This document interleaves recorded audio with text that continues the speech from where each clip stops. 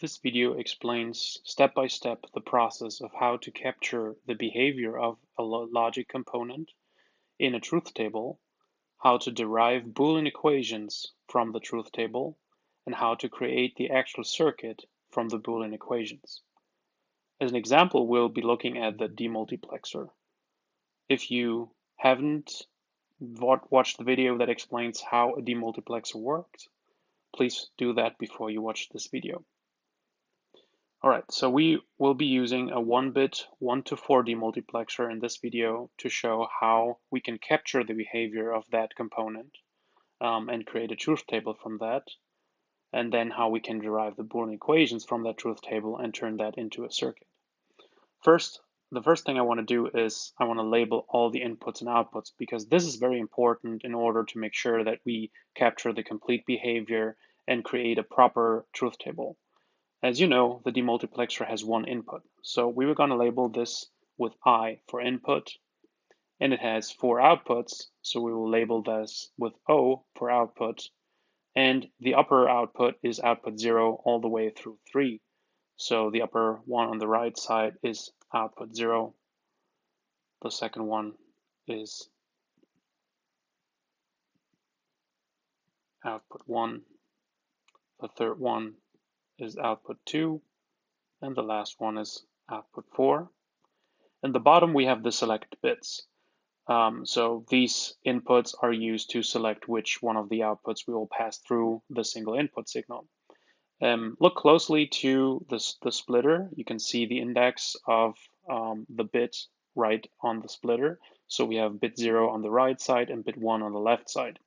That means the right side will be our select S0 bit, and we will change the label location to south so we can actually see it, and the left one will be S1.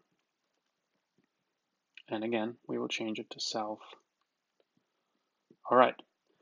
So now what we have to do is we have to list all the inputs and outputs in the truth table in order to completely represent how the behavior of that component, in our case, the demultiplexer, is.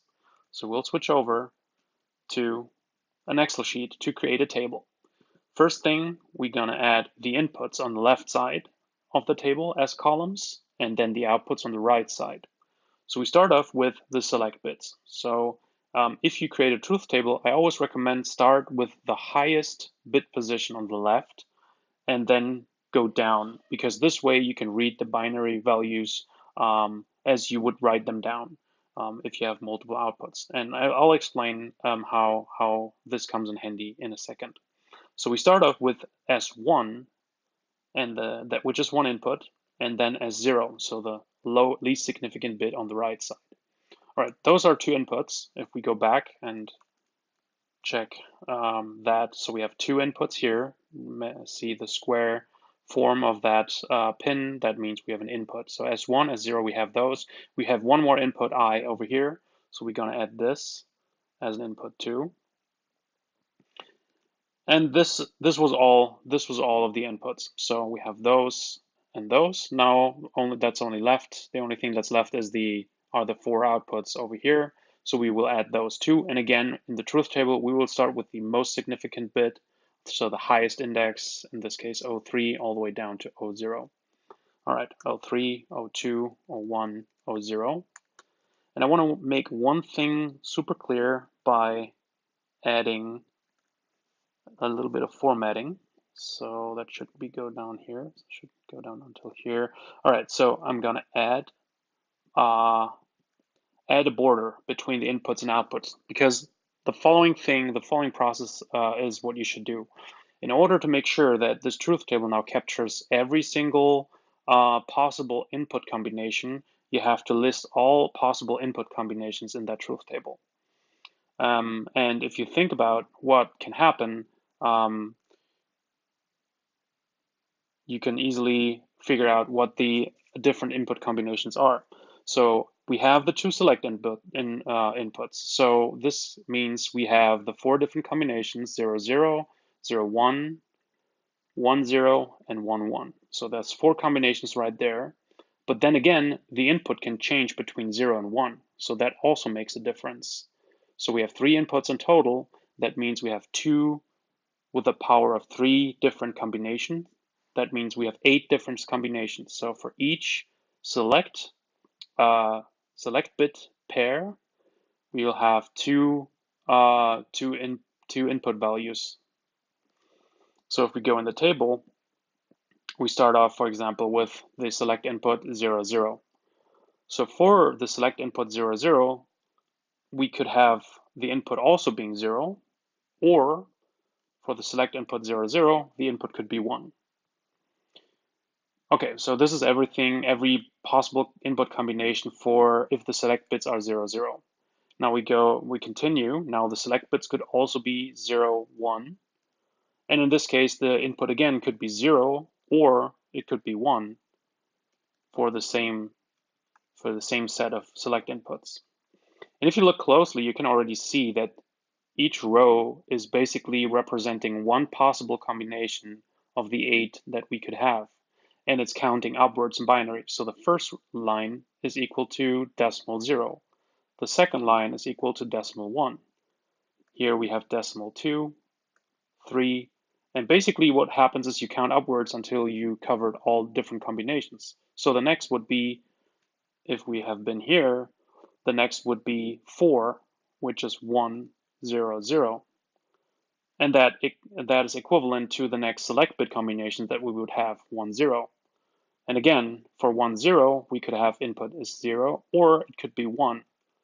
So, and then again, as you can see, it's just counting upwards. So we have 4, 5, now we add 6, and the last one, 7. So now this is the block for the select bits being 1, 1. And again, we can have the combination either with the input value being 0 or 1. So now we've listed all different combinations of all the 3 inputs. That means now we're ready to basically describe how the component behaves. Now, if we think what happens if we have the select bits 0, 0, that means the input will be passed through to the output with the index 0. That means whatever value I has, that's the value what O0 will have. So that means if, in this case, I is equal to 0, then we know the output will also be 0. If the input is 1, we know that output will also be 1. All right. Now, what about the others? We already discussed that. So the outputs that are not selected by not selected in a demultiplexer will always be 0. So we will fill up those with zeros, because we will know those outputs will never be 1, because the selected output is O0 over here. Now we go to the next row. So if we think about what happens if we do the select bits 0, 1, that means we're selecting the output O1. And again, the output O1 will be 0 if the input is 0. So we add a 0 here. But I also know if the input changes to 1, O1 will be equal to 1. Since this is the selected output, we know that every other output will be 0. So we can fill in the zeros for the other outputs. That will never change. All right. Now we go to the next pair of select bits. Now we're selecting, now the select bits are 1, 0. That means we're selecting the output O2. And again, it will have the same value as the input. So this row, it will have the output 0, and here it will have the output 1. And again, the others are not selected. We're filling in zeros because we will know those will always be 0 in this case. Now the last one, we're selecting, we're having the select bits S1, S0 equal to 1, 1. That means we're selecting the output 3. And again, 0 if the input is 0, and 1 if the input is 1.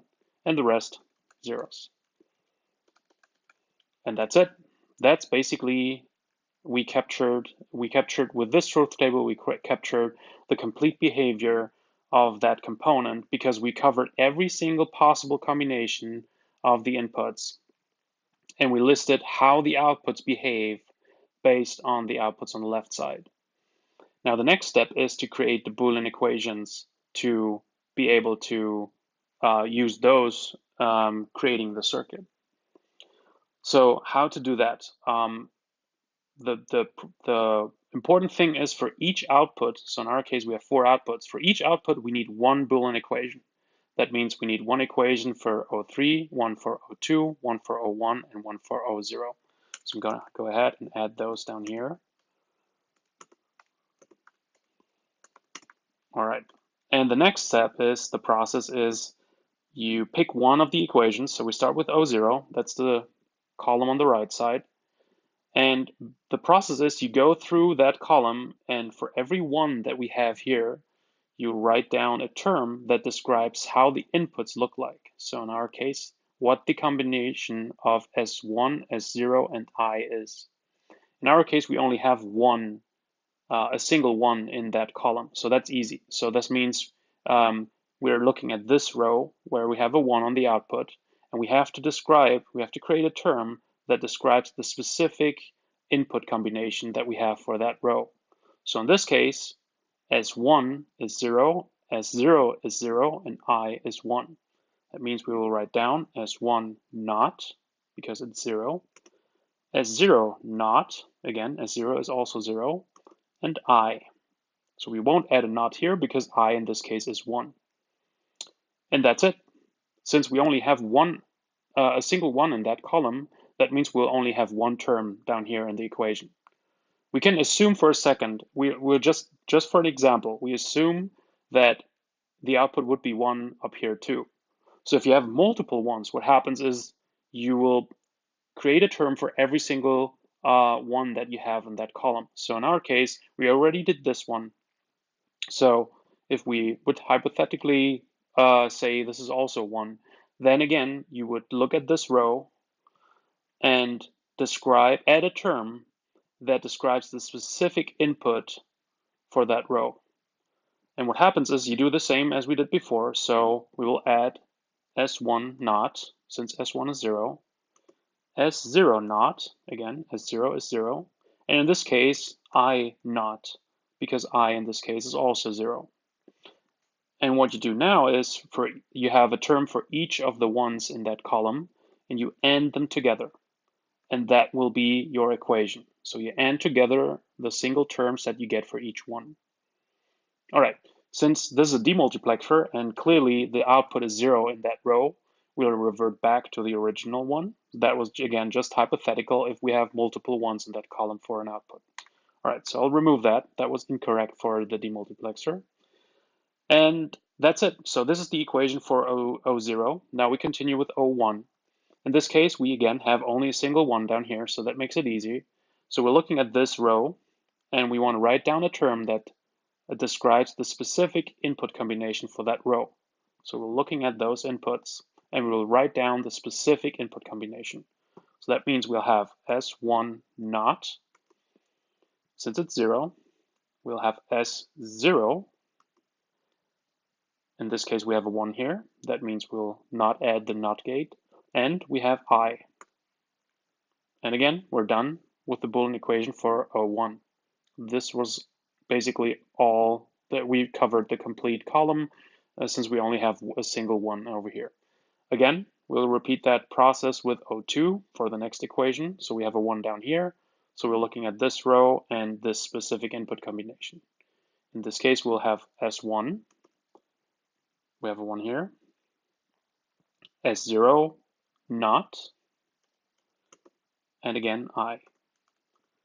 All right, that was O2. Now O3, again, we just have that single 1 down here. So we're looking at this specific input combination, and that is S1, S0, and I. We won't add any NOT gates because all of the inputs would be 1. And that's already our Boolean equations that we need. So this truth table describes completely the behavior of the demultiplexer. So do those Boolean equations. And now we can use the Boolean equations to create the circuit in Logisym that behaves exactly like the demultiplexer. All right, so I'm gonna go ahead and copy those labels over into Logisym. That makes it a little bit simpler. Let me complete those real quick so it's easier to copy. All right, so we're gonna add a label. And that's handy too. So if you ever have that assignment where you have to create a circuit from a Boolean equation, feel free to just add the label. Yeah, mess that up. To add a label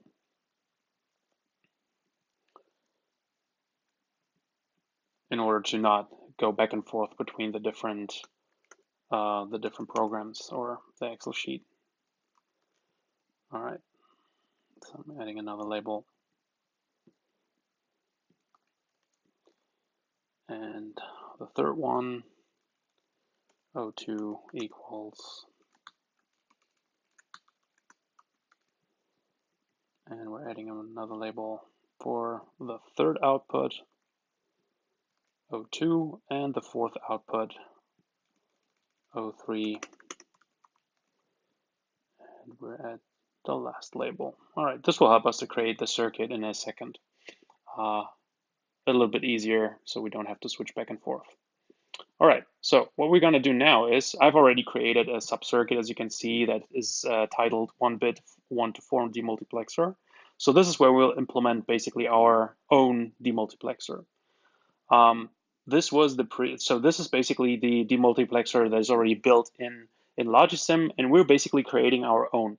The good thing is we already have the inputs and outputs here, so we can just copy them over into our subcircuit because we will need exactly those inputs and outputs. So I'm going to select those, go over and paste them in. So we already have all the inputs and outputs that we need to create our circuit. I'm just going to rearrange that a little and make a little bit more room for our circuit. All right, so what happens now is you take those Boolean equation and create your circuit. As you can see, every single output just uses a single AND gate and some NOT gates, but we won't use any OR gates because we don't have any OR operations in our Boolean equations. So we're going to start with O0 and basically replicate the Boolean equation as a circuit. As you can see, we have the Boolean equation consists of 3 inputs, S1, S0, and I, and all of those are ANDed together. So the first thing that we will add is an AND gate. We only have 3 inputs. That means we can change the number of inputs down to 3. And for cleanness, I will change the size to narrow. This way, we just have a smaller footprint. All right. So the output of that operation will be our output O0. So I can already attach the output O0 to the output of that AND gate. It's throwing an error right now because nothing is connected yet. All right, so now the equation says we have to connect S1 not, S0 not, and I. So what we'll do is we'll pull up those S1 and S0 so we can easily get those values. So S1 will be connected first to the AND gate, but it's negated, so we have a NOT in here. What we'll do is you can either use a NOT gate from over here and add it in between, but that takes up a lot of space. What you can also do is if you click on that AND gate and basically select that we want to negate the top input and set it to yes. That means we have a small circle here, so whatever we connect to will be negated before it goes into the AND gate. So we have our S1 NOT in this case. We will also want to negate the second input. So what we'll do is negate 2, we set that to yes, and now we just have to connect it to the appropriate input. That means now S1 is connected to this, will be negated, so we have S1 NOT, and that's exactly what we want to have. So the same was with S0, and then with I. And we're going to do it in a similar way so it's easy to see and easy to create. So I'm going to route this cable all the way over here. So this way I can easily connect I over here. So that's already the first output. As you can see, since the input is 0 and we've selected output 0, that means the output O0 will have the same value as the input. And we can already test that. So if I go over here and change it to 1, you can see, oh, it already changes. So that's already the correct behavior that we want to have. The others, of course, do not work because nothing is connected yet. All right, now we go ahead and do that for O1. Again, we need an AND gate, so I'll be lazy and I'll just copy and paste it. All right, now it's important that we double check the NOT gates in that equation, because in this case we do not have we won't use a NOT gate on S0, just an S1. So I'm going to change that. So this way we have NOT S1, that's the upper one. We have S0, so without inverting, and I, so that's the third thing, and that's it. All right, we have our output O1, and then we continue with O2. Again, I'll copy and paste that so I don't have to do all the settings. Okay, in this case, we only want to negate the middle input for S0, so I'm going to change this in the settings. And again, connect, so the upper one will be S1, then we have NOT S0 and I, and that's our output O2. And last but not least, O3. I'll add the next AND gate. In this case, we won't need any, we don't need any NOT gates, because everything has to be 1 in order to make this AND gate output 1.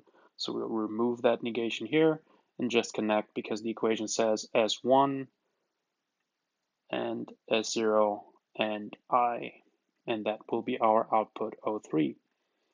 And I'm going to connect that over here. All right, so that is basically our demultiplexer created from the Boolean equations that we had. Now, what we can do to make sure that everything works is we go back and we use the same circuit that we used to test and demo the demultiplexer from Logisim. We're going to remove that one and plug our multiplexer in. And as you can see, we have the same. So the only difference is we have 2 single bit inputs instead of the bus with 2 bits. So we won't need the splitter anymore, because we can directly connect that.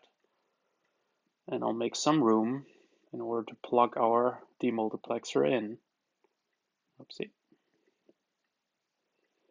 So this is our demultiplexer, and we just gonna attach the same input and outputs. So I'm gonna connect those.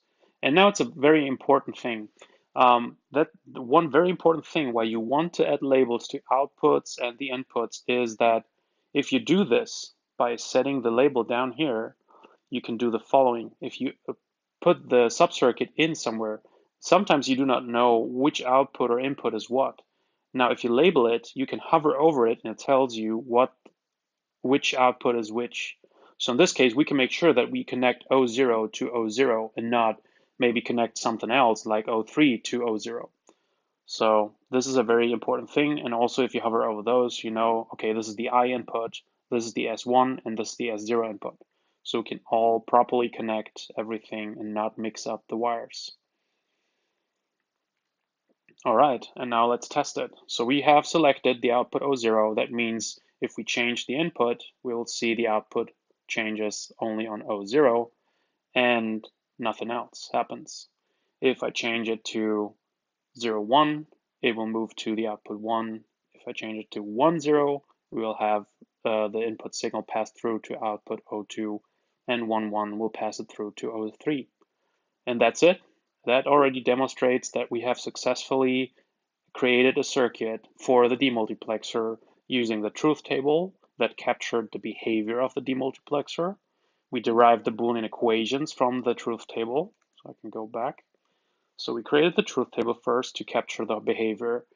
We then looked for each individual output to create it. We looked at each individual output and created the Boolean equation, which is basically looking at the row where we have a 1 on the output. We were able to create 4 Boolean equations that captured the behavior of that circuit. And then with those Boolean equations, we're able to create the circuit that then behaved as expected. And we were able to show that by using this subcircuit that we just created instead of the built-in demultiplexer of Logisim. Thank you.